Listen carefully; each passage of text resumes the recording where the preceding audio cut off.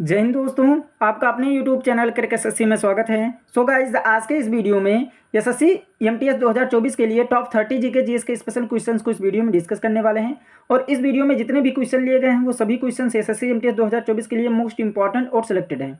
तो ये वीडियो आप लोगों के लिए बहुत इंपॉर्टेंट होने वाली है, इसलिए वीडियो में अंत तक जरूर बने रहिएगा। और इस वीडियो में 30 क्वेश्चंस हैं, तो 30 में से कम आपको 25 क्वेश्चन सही तो जरूर करने हैं, है ना। 30 में से 25 क्वेश्चन का टारगेट जरूर लेकर चलना है, क्योंकि आप लोगों का एग्जाम बहुत नज़दीक हो आ गया है। इसलिए अब मैं चाहता हूं कि आपको 30 में से 25 क्वेश्चंस आपके 100% सही हो, है ना। और बहुत सारे लोग जो अच्छे तरीके से तैयारी किए होंगे उनका 30 में से 30 क्वेश्चन भी सही हो सकता है।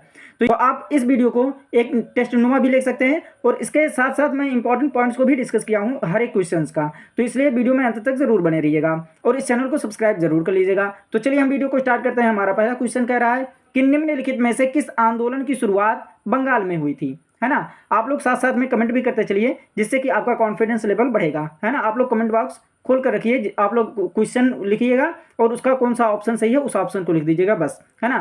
तो किस आंदोलन की शुरुआत बंगाल में हुई थी? तो रामकृष्ण मिशन जो आंदोलन है इसकी शुरुआत बंगाल में हुई थी। ऑप्शन सी हमारा राइट आंसर हो जाएगा। इसके इंपॉर्टेंट पॉइंट्स, जितने भी इस क्वेश्चन से इंपॉर्टेंट पॉइंट्स बनने हैं उन सभी पॉइंट्स को भी यहाँ डिस्कस किया गया है। इंपॉर्टेंट पॉइंट्स में हम अगर देख लेते हैं तो रामकृष्ण मिशन के संस्थापक कौन थे? तो स्वामी विवेकानंद जी थे। और इसकी स्थापना, रामकृष्ण मिशन की स्थापना कब हुई थी? तो 1 मई 1897 को हुई थी, है ना। और आर्य समाज के बारे में अब देख लेते हैं। तो आर्य समाज के संस्थापक कौन थे? तो स्वामी दयानंद सरस्वती थे। इसकी स्थापना कब हुई थी? तो 10 अप्रैल 1875 को हुई थी। और ये किस स्थान पर हुई थी इसकी स्थापना? तो मुंबई में हुई थी, है ना। आर्य समाज की स्थापना मुंबई में हुई थी। और प्रार्थना समाज से हम देख लेते हैं। तो प्रार्थना समाज के संस्थापक कौन थे? तो आत्माराम पांडुरंग थे। इसकी स्थापना कब हुई थी? तो 31 मार्च 1867 को हुई थी। और स्थान कहाँ पर हुई थी? ये भी मुंबई में हुई थी, है ना। सत्यशोधक समाज से भी हम देख लेते हैं। तो सत्यशोधक समाज के संस्थापक कौन है? तो ज्योतिबा फूले हैं। स्थान कहाँ पर हुआ था? स्थापना कब हुई थी? तो 24 सितंबर 1873 को हुई थी। और किस स्थान पर हुई थी? तो पुणे में हुई थी सत्यशोधक समाज की स्थापना। जितने भी यहाँ इंपॉर्टेंट पॉइंट्स दिए गए इन सभी इंपॉर्टेंट पॉइंट आपके एसएससी एमटीएस में किसी ना किसी एग्जाम में ये क्वेश्चन जरूर पूछे गए हैं। तो इस इंपॉर्टेंट पॉइंट्स को भी आप लोग जरूर ध्यान में रखिएगा हर एक क्वेश्चन के।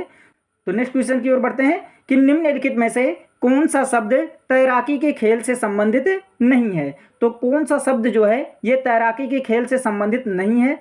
तो ब्रेस्ट स्ट्रोक, बैक स्ट्रोक या पेनाल्टी कॉर्नर, ये तीनों ऑप्शन में से ही कोई ना कोई ऑप्शन सही है। तो हमारा राइट ऑप्शन कौन सा हो जाएगा? ऑप्शन सी हमारा राइट आंसर हो जाएगा कि पेनाल्टी कॉर्नर जो है ये तैराकी खेल से संबंधित नहीं है। ऑप्शन सी हमारा राइट आंसर हो जाएगा। इसके इंपॉर्टेंट पॉइंट से अगर हम देखें तो हॉकी के बारे में अगर देखा जाए तो खिलाड़ियों की संख्या कितनी होती है हॉकी में? तो 11 होती है ना। और हॉकी से संबंधित कप देखिए, मतलब हॉकी से संबंधित कप जो है वो कौन कौन से दिया जाता है कप? तो बॉम्बे गोल्फ कप, आगा खान कप, बीटन कप और ध्यानचंद्र ट्रॉफी कप, ये जो है ये हॉकी से खेल से संबंधित दिया जाता है। और मैं आप लोगों को ये भी बता दूं कि पेनाल्टी कॉर्नर जो शब्द है ये हॉकी खेल से ही लिया गया एक शब्द है ना। हॉकी से संबंधित ये शब्द रहना चाहिए, है ना। कौन कौन से शब्द इस्तेमाल किए जाते हैं हॉकी से संबंधित? कुछ शब्द दिए गए हैं जो हो सकता है आपके एग्जाम में किसी ना किसी शिफ्ट में पूछ ले। तो short corner, penalty stroke, push in, cut, sudden death, half back, ये सब शब्द जो हैं ये हॉकी के खेल से संबंधित है शब्द हैं, है ना। तो इन सभी इंपॉर्टेंट पॉइंट्स को भी आप लोग जरूर ध्यान में रखिएगा। नेक्स्ट क्वेश्चन है कि यक्षगान एक लोक नृत्य है जो डैश राज्य से संबंधित है। तो यक्षगान जो है ये किस राज्य का लोक नृत्य है? आप लोग कमेंट करके बताइए। तो केरल का, हरियाणा का, राजस्थान का या कर्नाटक का? तो हमारा राइट आंसर क्या हो जाएगा? ऑप्शन डी कर्नाटक का, है ना। यक्षगान एक लोक नृत्य है जो कर्नाटक राज्य से संबंधित है ना। इसके इंपॉर्टेंट पॉइंट से अगर हम देखें तो केरल का शास्त्रीय नृत्य, है ना। केरल का शास्त्रीय नृत्य कौन सा है? तो मोहिनीअट्टम और कथकली। केरल के 2 शास्त्रीय नृत्य हैं, मोहिनीअट्टम है और कथकली हैं। हरियाणा का लोक नृत्य से संबंध देख लेते हैं कौन कौन से हैं। तो झूमर, फाग, लूर या गुग्गा, है ना। गुग्गा और खुरिया, ये सब जो है ये हरियाणा राज्य के लोक नृत्य हैं। इनसे रिलेटेड क्वेश्चन प्रीवियस ईयर में कई बार एग्जाम में क्वेश्चन पूछा जा चुका है। तो इन सभी लोक नृत्य को भी आप लोग जरूर ध्यान में रखिएगा कि झूमर, फाग, लूर, गुग्गा और खुरिया जो है ये हरियाणा के लोक नृत्य हैं। राजस्थान के लोक नृत्य को देख लेते हैं। तो राजस्थान का लोक नृत्य कौन सा है? घूमर है, कठपुतली है, चाग है, तेरा ताली है, कालबेलिया है। है ना। कालबेलिया तो very very most important question है, इसको जरूर ध्यान में रखिएगा। ये क्वेश्चन आपके किसी ना किसी शिफ्ट में जरूर पूछेगा कि कालबेलिया जो है ये किस राज्य का लोक नृत्य है, तो राजस्थान का। ये जितने भी लोक नृत्य हैं ये राजस्थान के लोक नृत्य हैं। तो इन सभी इंपॉर्टेंट पॉइंट्स को भी आप लोग जरूर ध्यान में रखिएगा। नेक्स्ट क्वेश्चन है कि किस नदी को तसंगपो के नाम से भी जाना जाता है। तो तसंगपो के नाम से हम किस नदी को जानते हैं, यह ऑप्शन दिया हुआ है, जरूर ध्यान में रखिएगा इस क्वेश्चन को, मोस्ट इंपॉर्टेंट क्वेश्चन है ना। तो ब्रह्मपुत्र नदी को हम क्या कहते हैं, तसंगपो के नाम से भी जाना जाता है। ऑप्शन बी हमारा राइट आंसर हो जाएगा। इसके इंपॉर्टेंट पॉइंट से अगर हम देखें तो ब्रह्मपुत्र नदी का संगम कहाँ पर होता है, तो बंगाल की खाड़ी में होता है ब्रह्मपुत्र नदी का संगम। और इसकी सहायक कुछ नदियां हैं, जैसे हो गया लोहित, नोवा, दिहांग, मानस और तीस्ता। ये जो है ये ब्रह्मपुत्र नदी की सहायक नदियां हैं, है ना। गंगा नदी के बारे में बात कर लेते हैं। तो गंगा नदी का संगम कहाँ पर होता है, बंगाल की खाड़ी में, इनका भी होता है, गंगा नदी का भी। और इसकी सहायक नदियां जो है यमुना, गंडक, घाघरा, कोसी, ये सब गंगा नदी की सहायक नदियां हैं। कावेरी नदी की बात करें तो कावेरी नदी का संगम स्थल कहाँ होता है, तो बंगाल की खाड़ी में ये भी होता है। और कावेरी नदी को हम दक्षिण भारत की गंगा के रूप में भी जाना जाता है ना। ये क्वेश्चन पूछा जा चुका है कि दक्षिण भारत की गंगा के रूप में किस नदी को जाना जाता है, तो कावेरी नदी को। आप लोग इसको जरूर ध्यान में रखिएगा। तो ये आपके इंपॉर्टेंट पॉइंट्स है, इन सभी पॉइंट्स को जरूर ध्यान में रखिएगा। नेक्स्ट क्वेश्चन है कि रोशन कुमारी, शोभना नारायण, माया राव और कुमुदनी लखिया प्रख्यात डैश कलाकार हैं, है ना। मोस्ट इंपॉर्टेंट क्वेश्चन है, जरूर ध्यान में रखिएगा इस क्वेश्चन को। रोशन कुमारी, शोभना नारायण, माया राव और कुमुदनी लखिया जो हैं ये प्रख्यात कौन से कलाकार हैं, ये इन तीनों ऑप्शन में से ही कोई ऑप्शन सही है। तो हमारा राइट ऑप्शन कौन सा हो जाएगा, ऑप्शन ए कथक कलाकार हैं, है ना। ये जितने भी नर्तक हैं, रोशन कुमारी, शोभना नारायण, माया राव और कुमुदनी लखिया, ये सब कथक कलाकार हैं। ऑप्शन ए हमारा राइट आंसर हो जाएगा। इसके इंपॉर्टेंट पॉइंट्स अगर हम देखें तो कथक जो है ये किस राज्य का शास्त्रीय नृत्य है, तो उत्तर प्रदेश का शास्त्रीय नृत्य कथक है। मणिपुरी जो है ये मणिपुर का शास्त्रीय नृत्य है। कुचिपुड़ी जो है ये आंध्र प्रदेश का शास्त्रीय नृत्य है। और उड़ीसी जो है ये उड़ीसा का शास्त्रीय नृत्य है ना। इन सभी इंपॉर्टेंट पॉइंट से भी क्वेश्चन आपके प्रीवियस ईयर में आए हुए हैं, तो इन सभी इंपॉर्टेंट पॉइंट्स को जरूर ध्यान में रखिएगा। और आपके एग्जाम में भी ये क्वेश्चन आने ही आने वाले हैं। अगर आप लोगों को वीडियो पसंद आ रही होगी तो एक लाइक जरूर कीजिएगा, चैनल को सब्सक्राइब कीजिएगा और अपने दोस्तों तक शेयर जरूर कीजिएगा। और कमेंट करके जरूर बताइएगा कि आपको ये वीडियो कैसे लगी। और आप लोग वीडियो में अंत तक जरूर बने रहिएगा। और मैं आप लोगों से ये चाहता हूं कि आप लोग हर एक क्वेश्चन का आंसर जो है ये कमेंट बॉक्स में बताते हुए चलिए, है ना। और वीडियो में अंत तक जरूर बने रहिएगा, क्योंकि मोस्ट इंपॉर्टेंट और सिलेक्टेड क्वेश्चन को शामिल किया गया है इस वीडियो में। नेक्स्ट क्वेश्चन है कि भारत की जनगणना 2011 के अनुसार निम्नलिखित में से किस राज्य की साक्षरता दर सबसे कम है ना। तो किस राज्य की साक्षरता दर जो है ये सबसे कम है, इन्हीं चारों ऑप्शन में से ही पूछा है ना। कि ना कि सबसे साक्षरता दर जो सबसे कम है वो तो बिहार राज्य की है ना। लेकिन जो ऑप्शन में दिए गए हैं इन ऑप्शन में से देखना है कि मिजोरम का, केरल का, त्रिपुरा का या गोवा का किस राज्य का जो है साक्षरता दर वो सबसे कम है ना। तो हमारा राइट आंसर क्या हो जाएगा, ऑप्शन सी त्रिपुरा का, है ना। ये चारों राज्य में से त्रिपुरा का जो साक्षरता दर है वो सबसे कम है ना। आगे बात समझ में। वो केरल राज्य का जो साक्षरता दर है वो सबसे अधिक है ना। तो इन सभी पॉइंट्स को आप लोग जरूर ध्यान में रखिएगा। और अगर हम बात करें जैसे हो गया साक्षरता दर की, है ना, तो सर्वाधिक साक्षरता प्रतिशत वाला राज्य कौन सा है, केरल है। सर्वाधिक साक्षरता पुरुष प्रतिशत वाला राज्य अगर पूछा जाए तो भी केरल है। और सर्वाधिक साक्षरता महिला प्रतिशत वाला राज्य पूछा जाए तो भी केरल है। आगे बात समझ में ना। और कम साक्षरता वाला राज्य अगर पूछा जाए तो बिहार है। और कम साक्षरता पुरुष राज्य वाला पूछा जाए तो भी बिहार है। और महिला राज्य वाला पूछा जाए कम साक्षरता में तो भी बिहार है ना। तो इन सभी इंपॉर्टेंट पॉइंट्स को जरूर ध्यान में रखिएगा, इनसे रिलेटेड क्वेश्चन आपके एग्जाम में जरूर पूछे जाते हैं। नेक्स्ट क्वेश्चन है कि भारत के संविधान के अनुच्छेद 29-30 किससे संबंधित है। मोस्ट इंपॉर्टेंट क्वेश्चन है, जरूर ध्यान में रखिएगा। तो भारत के संविधान के अनुच्छेद 29-30 जो है ये किससे संबंधित है, तो ऑप्शन, इन दोनों ऑप्शन में से कोई एक ऑप्शन राइट है, तो जरूर आप लोग कमेंट करके बता सकते हैं।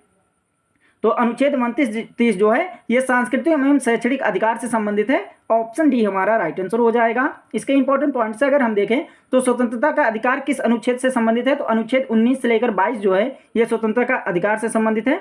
समानता के अधिकार से कौन सा अनुच्छेद संबंधित है, तो अनुच्छेद 14 से लेकर 18 जो है ये समानता के अधिकार से संबंधित है। धार्मिक स्वतंत्रता का अधिकार से संबंधित कौन सा अनुच्छेद है, तो 25 से 28 ये धार्मिक स्वतंत्रता का अधिकार से संबंधित है ना। इन सभी इंपॉर्टेंट पॉइंट्स को आप लोग जरूर ध्यान में रखिएगा। नेक्स्ट क्वेश्चन है कि पंडित भजन सोपोरी किस संगीत वाद्य यंत्र के प्रसिद्ध वादक थे। मोस्ट इंपॉर्टेंट क्वेश्चन है, जरूर ध्यान में रखिएगा। तो पंडित भजन सोपोरी जो थे ये संतूर वाद्य यंत्र के प्रसिद्ध वादक थे। ऑप्शन बी हमारा राइट आंसर हो जाएगा।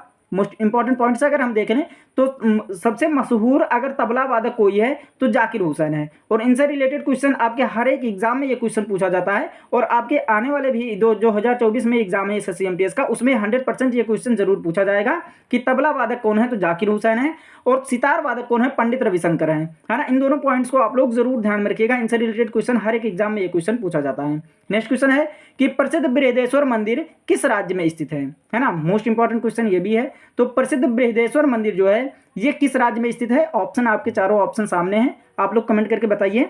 तो प्रसिद्ध बृहदेश्वर मंदिर जो है ये तमिलनाडु राज्य में स्थित है। ऑप्शन है हमारा राइट आंसर हो जाएगा। इसके इंपॉर्टेंट पॉइंट्स अगर हम देखें तो तमिलनाडु के तंजौर में स्थित है ना। कभी कभी ये पूछा जाता है कि बृहदेश्वर मंदिर कहाँ पर स्थित है, तो तमिलनाडु राज्य ना देकर के तंजौर दिया जाता है ना। तो तंजौर में स्थित है। बृहदेश्वर मंदिर को किसने बनवाया था, तो चोल राजा राज चोल ने बनवाया था, है ना। इसको भी आप लोग जरूर ध्यान में रखिएगा, इसको भी पूछा गया है, बनवाया था। और इस मंदिर में किस भगवान की पूजा की जाती है, तो भगवान शिव की पूजा की जाती है। तो इन सभी इंपॉर्टेंट पॉइंट्स को आप लोग जरूर ध्यान में रखिएगा। नेक्स्ट क्वेश्चन है कि नृत्यांगना पद्मा सुब्रमण्यम, अलार मेलवल्ली, यामिनी कृष्णमूर्ति और अनीता रत्नम डैश की महान प्रतिपादक हैं। तो हमारा राइट आंसर हो जाएगा option B Bharatanatyam. Option B हमारा राइट आंसर हो जाएगा। नेक्स्ट क्वेश्चन है कि डैश का नुआखाई त्योहार गणेश चतुर्थी के अगले दिन भाद्रों के चंद्र पखवाड़े के पंचमी तिथि को मनाया जाता है ना। नुआखाई त्योहार जो है ये किस राज्य में मनाया जाता है, तो ऑप्शन देख लीजिए आप लोग। तो ऑप्शन यहाँ दिया हुआ है, तो ऑप्शन हमारा राइट आंसर क्या हो जाएगा, ऑप्शन डी उड़ीसा राज्य में। नुआखाई त्योहार जो है ये कहाँ पर मनाया जाता है, उड़ीसा राज्य में मनाया जाता है। और मैं आप लोगों को बता दूं कि उड़ीसा राज्य में एक और त्यौहार मनाया जाता है। यहाँ इंपॉर्टेंट पॉइंट्स में मैंने दिया है कि उड़ीसा राज्य में बाली तृतीय जो त्यौहार है ये भी मनाया जाता है उड़ीसा राज्य में। मेघालय में कौन सा त्यौहार मनाया जाता है या उत्सव मनाया जाता है, तो खांसी महोत्सव, वांगला महोत्सव और रानी कोर महोत्सव जो है ये मेघालय राज्य में मनाया जाता है। असम में बिहू, माजुली महोत्सव और अंबुवाची महोत्सव जो है ये असम राज्य में मनाया जाता है। तो इन सभी पॉइंट्स को भी आप लोग जरूर ध्यान में रखिएगा। नेक्स्ट क्वेश्चन है कि निम्नलिखित में से red earth and pouring rain A novel पुस्तक के लेखक कौन है। मोस्ट इंपॉर्टेंट क्वेश्चन है, जरूर ध्यान में रखिएगा। Red earth and pouring rain A novel पुस्तक के लेखक जो हैं ये विक्रम चंद्रा हैं। ऑप्शन सी हमारा राइट आंसर हो जाएगा। इसके इंपॉर्टेंट पॉइंट्स अगर हम देखें तो रस्किन बॉन्ड किस किस के पुस्तक के लेखक हैं, तो इट्स ए वंडरफुल लाइफ इसके लेखक रस्किन बॉन्ड हैं। ब्लू अम्ब्रेला के लेखक भी रस्किन बॉन्ड हैं। The room on the roof इसके भी लेखक रस्किन बॉन्ड है ना। ये जितने भी जो पुस्तक हैं ये सभी इंपॉर्टेंट्स हैं। सस्थरूर किसके लेखक है, तो an era of darkness. Very very most important question, कई बार एग्जाम में ये क्वेश्चन पूछा जा चुका है, तो जरूर ध्यान में रखिएगा। एन एरा ऑफ डार्कनेस पुस्तक के लेखक कौन है, शश थरूर हैं। द ग्रेट इंडियन नॉवेल पुस्तक के लेखक कौन है, शश थरूर हैं। Why I am a Hindu इसके भी लेखक शश थरूर हैं। तो जितने भी यहाँ पुस्तक दिए हुए हैं वो सभी मोस्ट इंपॉर्टेंट और सिलेक्टेड हैं आपके एग्जाम के लिए। तो इन सभी पुस्तक को भी याद कर लीजिएगा और इनके लेखक को भी याद कर लीजिएगा, है ना। नेक्स्ट क्वेश्चन है कि निम्नलिखित में से सचिन तेंदुलकर की आत्मकथा कौन सी है। तो सचिन तेंदुलकर की आत्मकथा जो है वो कौन सी है, playing it my way. Option B हमारा राइट आंसर हो जाएगा। Very very most important question है, आपके एग्जाम में जरूर पूछा जा सकता है ये क्वेश्चन को, तो जरूर ध्यान में रखिएगा। इसके इंपॉर्टेंट पॉइंट्स अगर हम देखें तो अनब्रेकेबल जो है ये किसकी आत्मकथा है, तो मैरी कॉम की। आई एम नो मसीहा सोनू सूद की आत्मकथा है। माई मेनी ट्रिस्ट्स विद गॉड ये पीबी रघुनाथन की आत्मकथा है। तो इन सभी इंपॉर्टेंट पॉइंट्स को आप लोग जरूर ध्यान में रखिएगा। नेक्स्ट क्वेश्चन है कि बंगाल के निम्नलिखित स्वतंत्रता सेनानी वकीलों में से किसे देशबंधु के नाम से जाना जाता है। मोस्ट इंपॉर्टेंट क्वेश्चन है, जरूर ध्यान में रखिएगा। तो चित्तरंजन दास को जो है ये देशबंधु के नाम से जाना जाता है। ऑप्शन ए हमारा राइट आंसर हो जाएगा। नेक्स्ट क्वेश्चन है कि निम्नलिखित में से कौन सा दैनिक वायुमंडलीय मौसम परिवर्तन से संबंधित है ना। तो दैनिक वायुमंडलीय मौसम परिवर्तन से संबंधित कौन सा है, तो हमारा राइट आंसर हो जाएगा ऑप्शन ए क्षोभ मंडल। ऑप्शन ए हमारा राइट आंसर हो जाएगा। इसके इंपॉर्टेंट पॉइंट्स अगर हम देखें तो क्षोभ मंडल की ऊंचाई जो है ये ध्रुवों पर कितनी होती है, 8 किलोमीटर, तथा विषुवत रेखा पर लगभग कितनी होती है, 18 किलोमीटर होती है ना क्षोभ मंडल की ऊंचाई। और क्षोभ मंडल को हम किस नाम से जानते हैं, संवहन मंडल या अधोमंडल भी कहते हैं। इन सभी जितने भी क्वेश्चन लिए गए वो सभी क्वेश्चन आपके एग्जाम में आए हुए हैं, तो इसलिए इंपॉर्टेंट पॉइंट्स में इन लोगों को भी हमने सेलेक्ट किया है। और समताप मंडल में कितने कहाँ से कहाँ तक उसकी ऊंचाई है, तो 18 से 32 किलोमीटर तक की ऊंचाई समताप मंडल की है। और समताप मंडल में ही क्या होते हैं, वायुयान उड़ाने की आदर्श दशा पाई जाती है। तो इन सभी इंपॉर्टेंट पॉइंट्स को भी आप लोग जरूर ध्यान में रखिएगा। नेक्स्ट क्वेश्चन है कि शुद्ध गतिक श्यानता की गैस इकाई क्या है। तो शुद्ध गतिक श्यानता की गैस इकाई क्या है, ये हमारा ऑप्शन दिया हुआ है। आप लोग कमेंट करके बताइए कि कौन सा ऑप्शन राइट आंसर हो जाएगा।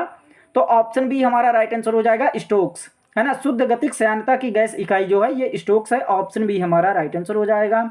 इसके इंपॉर्टेंट पॉइंट्स अगर हम देखें तो डार्सी जो है ये पारगम्यता की इकाई है, और जूल जो है ये ऊर्जा और कार्य की एसआई इकाई है, और विद्युत धारा की एसआई इकाई कौन सी होती है, एम्पियर होती है। तो इन सभी इंपॉर्टेंट पॉइंट्स को भी आप लोग जरूर ध्यान में रखिएगा। नेक्स्ट क्वेश्चन है कि करगम लोक नृत्य किस राज्य से संबंधित है। मोस्ट इंपॉर्टेंट क्वेश्चन है, कई बार एग्जाम में ये क्वेश्चन पूछा जा चुका है, तो जरूर ध्यान में रखिएगा। तो करगम लोक नृत्य जो है ये किस राज्य से संबंधित है, आप लोग ऑप्शन देख सकते हैं और कमेंट करिए।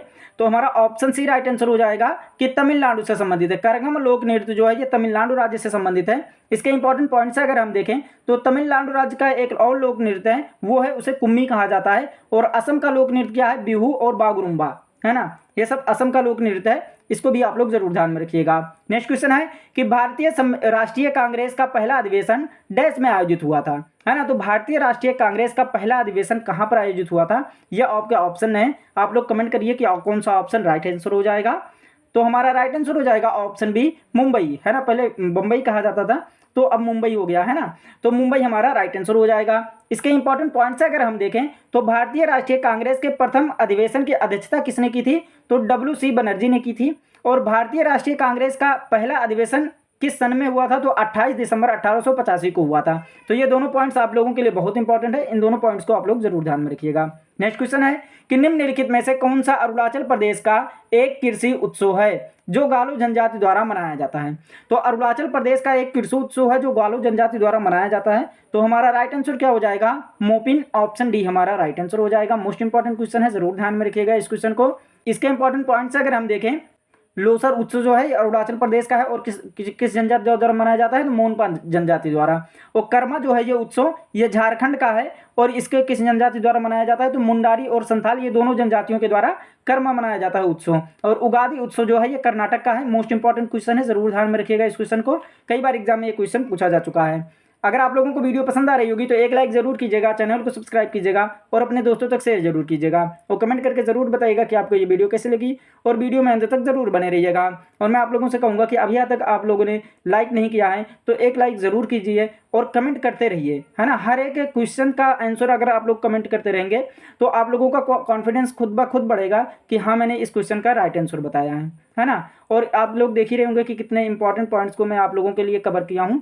अगर इसमें 30 क्वेश्चन है ना, लेकिन आप लोगों के कम से कम 150 क्वेश्चन तो आपके तैयार ही हो रहे हैं, क्वेश्चन के आंसर तैयार ही हो रहे हैं, है ना।